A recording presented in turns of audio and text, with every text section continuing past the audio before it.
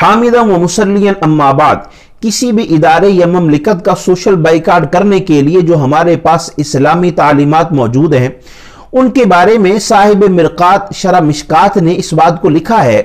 کہ اہل ایمان کا شروع سے یہ طرز رہا ہے کہ انہوں نے ایسے لوگوں کی مصنوعات کا بائیکاٹ کیا ہے کہ جنہوں نے اسلام مخالف کارروائیوں کو فروغ دینے کی کوشش کی ہے۔ اور ساتھ میں بڑی خوبصورت بات یہ لکھی، اگرچہ اہل ایمان کو ان چیزوں کی ضرورت بھی ہوتی، لیکن پھر بھی انہوں نے ان کے استعمال کو اس لیے ترک کر دیا کہ کیونکہ انہوں نے اپنے عقیدہ نظریہ کو بچا لیا اور اس کو ہی اہمیت دی اور ان چیزوں کو بجائے دوسری چیزوں کو استعمال کرنا شروع کر دیا۔ اور پھر دور نبوی کی جو مثال ہمیں ملتی ہے سیرت مطہرہ کے اندر کہ رحمت دو عالم صلی اللہ علیہ وسلم صحابہ کرام کے ساتھ جب خیبر تشریف لے گئے اور غزوہ خیبر جب ہوا تو آپ کو یہ پتہ چلا کہ یہودیوں نے جو اپنے آپ کو قلعہ کے اندر بند کیا ہوا ہے، اگرچہ مسلمان اس قلعے کا کئی دنوں تک بھی محاصرہ کر لیں تو یہودی باہر اس لیے نہیں نکلیں گے کہ ان کو اندر کھانے پینے کی ساری اشیاء میسر ہیں، پینے کے لیے وہ پانی، وہ کنواں جس تک وہ رات کو آ کر رسائی حاصل کر لیتے ہیں اور پانی اپنا لے جاتے ہیں، لہٰذا وہ تو یہی چاہیں گے کہ باہر جو مسلمان آئے بیٹھے ہیں دور سے وہ تھک ہار کر واپس چلے جائیں۔ تو رحمت دو عالم صلی اللہ علیہ وسلم نے صحابہ کرام کو حکم دیا کہ ان کی جو پانی تک رسائی ہے اس کو روکا جائے تاکہ وہ اس بات پر مجبور ہوں کہ باہر آ کر علل اعلان لڑائی کر سکے نا، وہ مخالفت صرف زبانی جمع خرچ تک نہ رہے بلکہ وہ بزور بازو اس بات کا اظہار کریں کہ وہ کتنے اسلام مخالف ہیں۔ یعنی آج کے دور کے اندر اہل ایمان کو یہ بات جو عالمی سطح پر فیس کرنا پڑ رہی ہے کہ رحمت دو عالم صلی اللہ علیہ وسلم کی ذات مبارکہ پر اغیار کی طرف سے جو رقیق حملے ہو رہے ہیں، اور ابھی حال ہی کے اندر فرانس کی طرف سے جو حکومتی سطح کے اوپر ایک بڑی غلط حرکت کی گئی ہے، اس کی مذمت پورا عالم اسلام کر رہا ہے، اور اہل ایمان جو بڑھ چڑھ کر اس بات کو آج کل فروغ دے رہے ہیں کہ ہمیں فرانسیسی مصنوعات کا استعمال ترک کر دینا چاہیے تاکہ ان کو اس بات کا احساس ہو کہ کتنے بڑے پیمانے کے اوپر مسلمان ان کی چیزوں کو استعمال کر رہے ہیں، اور جب ان باتوں کو وہ مد نظر رکھیں گے کہ ان کی چیزوں کا وہ بائیکاٹ کریں گے تو یقیناً ان کو اس بات کا احساس ہوگا کہ مسلمانوں کو دلی طور پر اس بات کی تکلیف ہوئی ہے۔ اور آج جو ابھی بڑھ چڑھ کر مسلمان اس معاملے کے اندر اس مہم کو بڑھا چڑھا رہے ہیں، اس کو جو دوسرے ممالک کے میڈیا والے ہیں وہ بھی بتلا رہے ہیں کہ فرانس کے اوپر کس طرح اس بات کا اثر پڑ رہا ہے۔ اور یہ تو ہے نا مخالفت کے اندر اگر ضرورت پڑے تو اندرون جو ہے اہل ایمان کے اندر بھی اگر کسی کے ساتھ قطع تعلق کی کرنی پڑے اور اس کے اندر اصل میں مضمر بات یہی ہو کہ عقیدہ اور نظریہ کا بچاؤ ہو تو بھی بالکل درست بات ہے، جیسا کہ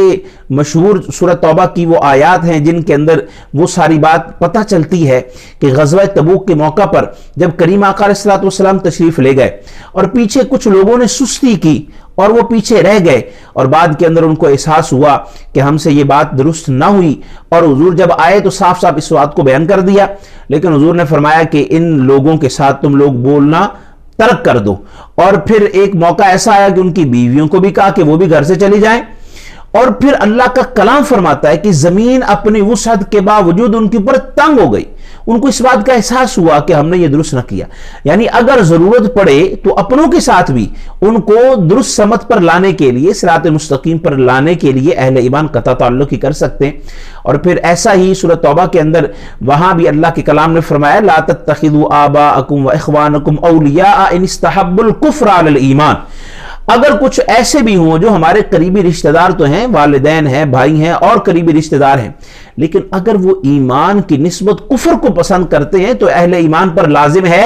کہ وہ ان کے ساتھ قطع تعلق کی کر لیں اور اپنے پکے اور سچے ایمان والے ہونے کا ثبوت دیں۔ اور ایسے ہی ایک اور مقام پر 28ویں پارے میں اللہ کے کلام نے فرمایا نا لا تجد قوم یؤمنون باللہ والیوم الآخر یوادون من حاد اللہ ورسولہ، اگر اللہ اس کے رسول کا کوئی دشمن ہے تو وہ اہل ایمان کا دوست ہرگز نہیں ہو سکتا، بلکہ اہل ایمان کی جو دوستی ہے، جو دوستی کا معیار ہے وہ صرف ایمان ہے، اور جو ایمان کی مخالفت کرتا ہے، اور جو مقدس شخصیات ہیں، انبیاء کرام ہیں، جن کی پاکیزگی اور جن کے کردار کا اعلیٰ پن عالمی سطح پر بھی مسلم ہے، اور سب یہ اس بات کو تسلیم کرتے ہیں کہ انبیاء کرام کی نفوس ایسی ہیں، ان کی ذاتیں ایسی پاکیزہ ہیں کہ ان کے اوپر اعتراض کرنا آزادی اظہار رائے کے اندر ہرگز نہیں آتا۔ لیکن پھر بھی یہ شرارتی لوگ جو ہیں وہ اہل ایمان کے خلاف اس طرح کی سازشیں کرتے رہتے ہیں، جس کو اقبال نے بھی کہا نا کہ روح محمدی ان کے بدن سے نکال دو۔ یہ جو ایمانی لگاؤ ہے، یہ جذباتی جو رسول اللہ کے ساتھ محبت کا اظہار ہے اہل ایمان کا، یہ اغیار اور مخالفین اور یہ مغربی لوگ تو یہ چاہتے ہیں کہ یہ جو جذباتی لگاؤ ہے اہل ایمان کا، اس کو ختم کر دیں۔ لیکن اہل ایمان کی تاریخ یہی بتلاتی ہے کہ جس کا اظہار اہل ایمان جو دعائے قنوت پڑھتے ہوئے کرتے ہیں نا کہ اے اللہ وَنَخْلَعُ وَنَتْرُكُ مَنْ يَفْجُرُكَ، اے اللہ جو تیرا نافرمان ہے اس کو ہم نے چھوڑ دیا اور اس کو ہم نے ترک کر دیا، ہمارا اس کے ساتھ کوئی رشتہ نہیں۔ تو یہ سوشل بائیکاٹ کی جو مہم چل رہی ہے اس وقت، وہ اس کو بڑھا چڑھا کر ہمیں اس کو بیان بھی کرنا چاہیے اور خود بھی اس کا حصہ بننا چاہیے۔ جیسا کہ ہم نے دیکھا کہ پاکستان اور ہندوستان کی تقسیم سے پہلے بھی تحریک ترک موالات چلی تھی، اور اس کی بنا کے اوپر یہ تاریخ بتلاتی ہے کہ جب یہاں کے لوگوں نے کہا کہ ہم انگریز کی مصنوعات کا بائیکاٹ کرتے ہیں، تو مانچسٹر کے اندر جو فیکٹریاں تھیں جن کے اندر کپڑا بنتا تھا وہ بھر گئی ساری، اس لیے کہ یہاں کے لوگوں نے ان کا سوشل بائیکاٹ کر دیا کہ ہم ان کی چیزوں کو استعمال نہیں کریں گے۔ یقیناً اس کا اثر پڑا اور اس کا اثر پڑتا ہے، اور آج ہم انشاءاللہ بڑھ چڑھ کر اس مہم کے اندر حصہ لیں گے اور اپنے اہل ایمان بھائیوں کو بھی یہ بات کہیں گے کہ فرانسیسی مصنوعات کا بائیکاٹ کریں، تاکہ ان کو اس بات کا احساس ہو کہ یہ کروڑوں کے اندر بسنے والے جو اہل ایمان ہیں، ان کے جذبات کا یہ معاملہ ہے جس کے ساتھ وہ کھیل رہے ہیں، اپنے اس عمل سے وہ باز آ جائیں، تاکہ جو اللہ اس کے رسول کی محبت اور ان کی شان کا جھنڈا ہے وہ بلند سے بلند تر ہو جائے۔ وآخر دعوانا الحمدللہ رب العالمین۔